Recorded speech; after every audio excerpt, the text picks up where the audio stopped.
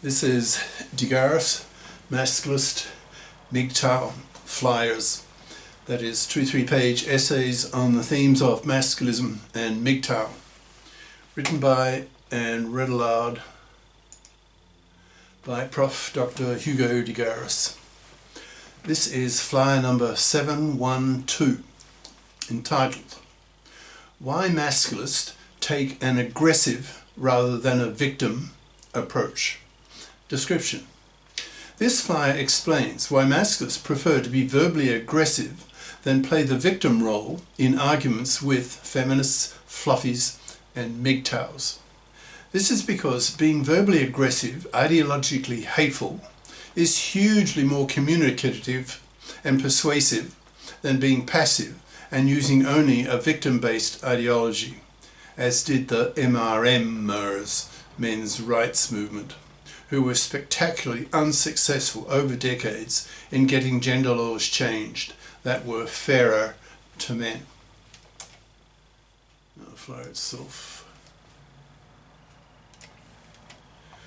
Why Masculists Take an Aggressive rather than a Victim Approach, by Prof. Dr. Hugo de Garis. Email profhugodegaris@yahoo.com. Website profhugodegaris.wordpress.com. This flyer explains why masculists take an aggressive rather than a victim approach to male gender politics. The main reason for this is, according to the masculists, that the aggressive approach is a lot more effective in persuading society that gender oppression is very much a two-way street, and that women oppress men far worse than vice versa. The MRM, that's men's rights movement, has been around for decades, almost as long as has second-wave feminism, but has been spectacularly unsuccessful in terms of changing society to be a lot fairer to men. It's difficult to find any clear example of legislative change pushed by the MRM that improves the situation of men, especially in the divorce courts in many countries. The MRM took a victim approach, saying effectively, quote, "Look how men suffer under traditional male roles, we poor males," exclamation mark, end quotes.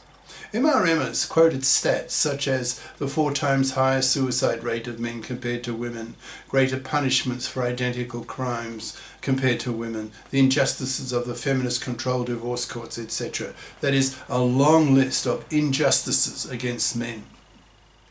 The problem with the victim approach by the MRMers is that being male victims did not appeal much to men, whereas the very angry, aggressive approach of the masculists really made men and women prick up their ears and really listen. The masculists looked at the appalling political track record of the MRMers and decided that an alternative approach was necessary, choosing a more aggressive approach that forces society, particularly feminists and MGTOWs, to really listen, due to the very aggressive tone in which masculists express their message. Why does society listen more to an aggressive message than a victim one? There are probably several answers to this question. One is fear. Imagine you're a female feminist and you are confronted with a very angry male masculist who is haranguing you out of the room with a verbally violent, ideologically hateful diatribe, expressing his masculine hatred against the awful, decades-lasting gender crimes that women commit against men. In brackets, for example, the big 3 of women's manslavery, women's divorce rape, and women's forced fathering, close brackets. You will feel an instinctive threat to your safety by such a man, since an average man is 3 times stronger across the chest than an average woman, with 20 times the testosterone in his blood than a woman, so can be hugely more aggressive, more verbally and physically violent than a woman.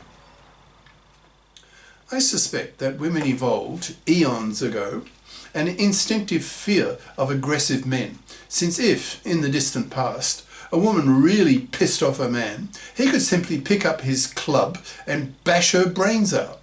So women evolved less violent, more verbally subtle ways to get men to do what women want, largely by bribing men with sex. Feminists have had a monopoly over gender politics for 6 decades, since the rise of second-wave feminism starting in the mid-60s after the publication in 1963 of Betty Friedan's book, The Feminine Mystique, which preached that gender oppression is a one-way street, that women are the oppressed and men are the oppressors, which is the core idea of feminism. To Masculists, who are very aware that gender oppression is a two-way street, find the monoconsciousness of feminists sickening and deeply hypocritical, so not surprising they are very aggressive towards them, seeing them as misandrous, male-dumping, feminazi cunts, and chew them out whenever they come across monoconscious feminists trashing men in public.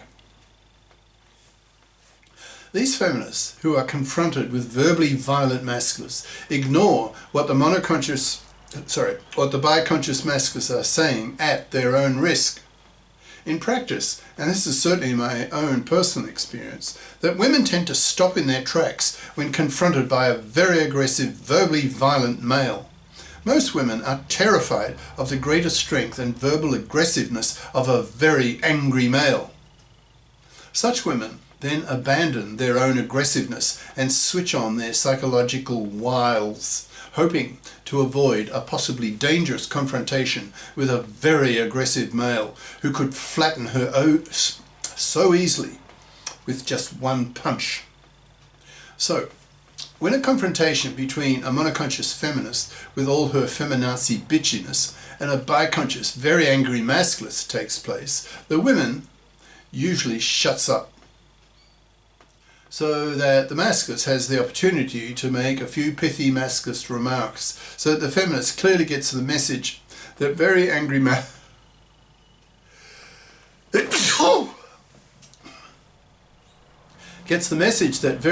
masculists exist, and that perhaps they, that is the masculists, just might have a point. That is, maybe masculist arguments are valid, and that maybe monoconscious feminists ought to learn about them. Verbally violent masculists can also frighten the woman in the monoconscious feminist, threatening her very existence on the planet by attacking her very soul. By this is meant that if the monoconscious feminist does not learn some masculist ideas and stops being a monoconscious, misandrist, male-dumping, feminazi cunt, a sexist, hypocritical little shit, and becomes biconscious, then she will effectively be exterminated by the masculists, especially when masculist ideas spread so widely amongst men that she will be rejected by nearly every man she comes across, hence made manless, loveless,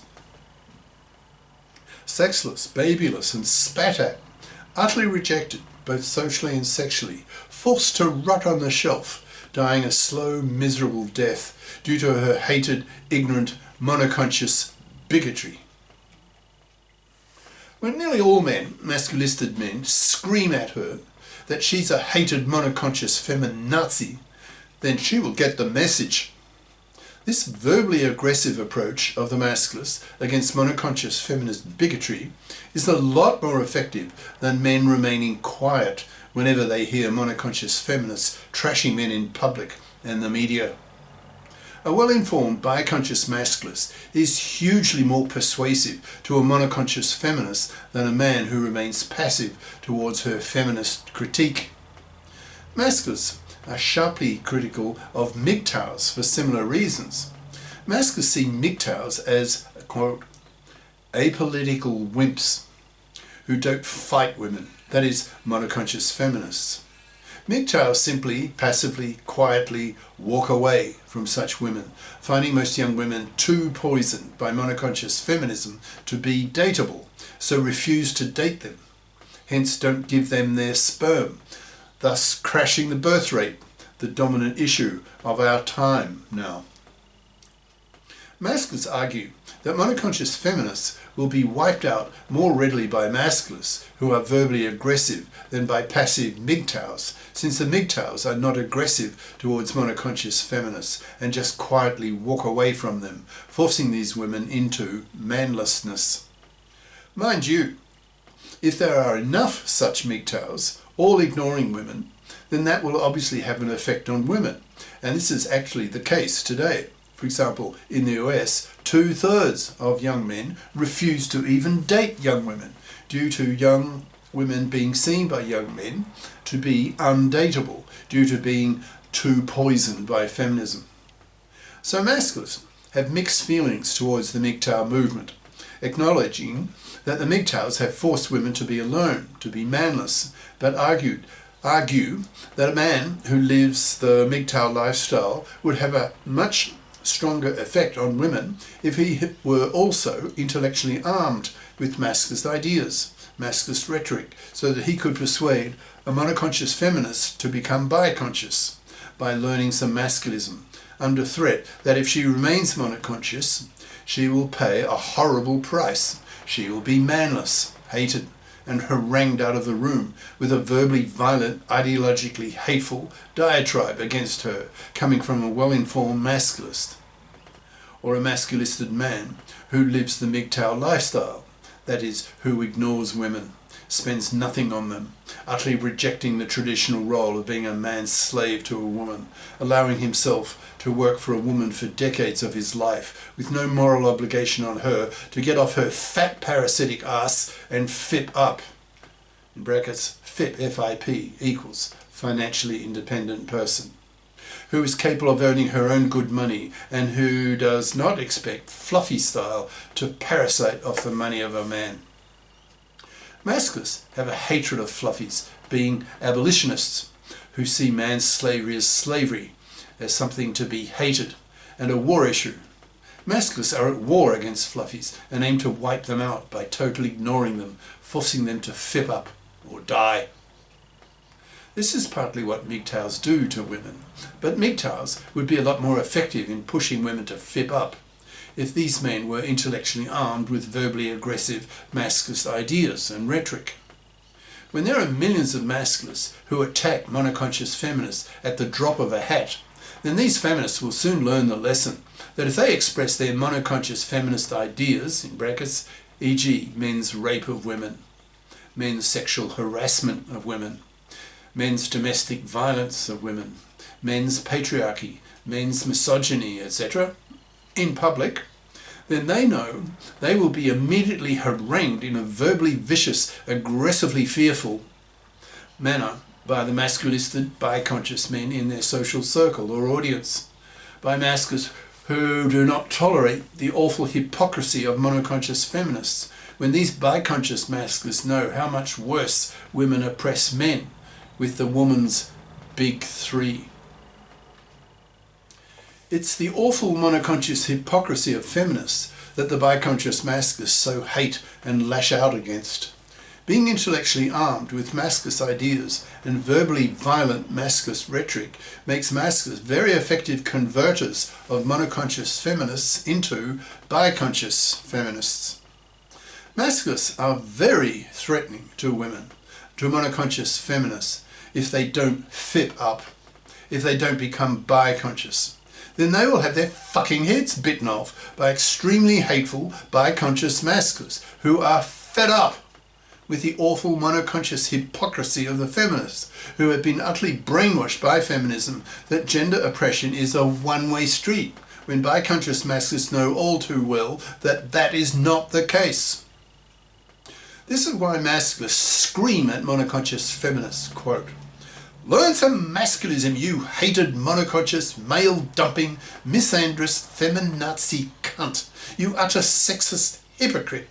Learn that gender oppression is a two-way street, and that you women oppress men far worse with your manslavery, your divorce rape, your forced fathering, etc. You monoconscious feminists are repulsive to men, so we punish you so severely that we effectively exterminate you by totally ignoring you, not even pumping and dumping you. So if you want to have a man in your life, then learn some masculism, you monoconscious feminazi bigot, you hated, hypocritical shit. Become biconscious or go away and die, rotting on the shelf.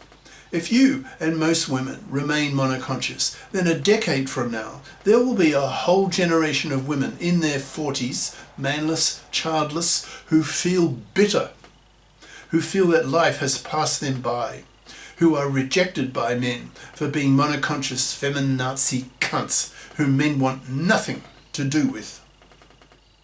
This total male rejection, expressed verbally violently in strong masculinist tones, will certainly communicate with women, with monoconscious feminists, since it threatens their very survival as human beings. When nearly all men reject them violently, that will scare the shit out of them, forcing them to become FIPS, to become bi-conscious and start behaving like civilized human beings. Cheers. Prof. Dr. Hugo de Garis. Email profhugodegaris@yahoo.com. Website profhugodegaris.wordpress.com. Brackets. Click on the Masculist tab for 710 plus Masculist essays and their videos. Google the terms London Real and Hugo de Garis to see videos on masculism at AI will kill 1 billion people - Do we create our exterminators? Professor Hugo de Garis - London Real. Brackets. See the last half hour of this 2-hour interview for the Masculist segment, as well as Countdown to Extinction, How AI Will Exterminate Mankind, again for the last 40 minutes on masculism. These flyers are available in text and video formats on Minds, BitChute, Odyssey, MGTOW.tv, X and YouTube. I have nearly 1,000 Masculist videos in 15 playlists on YouTube that can be accessed by searching for the channel name De Garis Masculist Videos. That's all one word. All 1,000 of my Masculist videos in one long list in most recent first time order can also be found on X by searching the channel name De Garis Masculist Videos. That's 4 words. Ciao.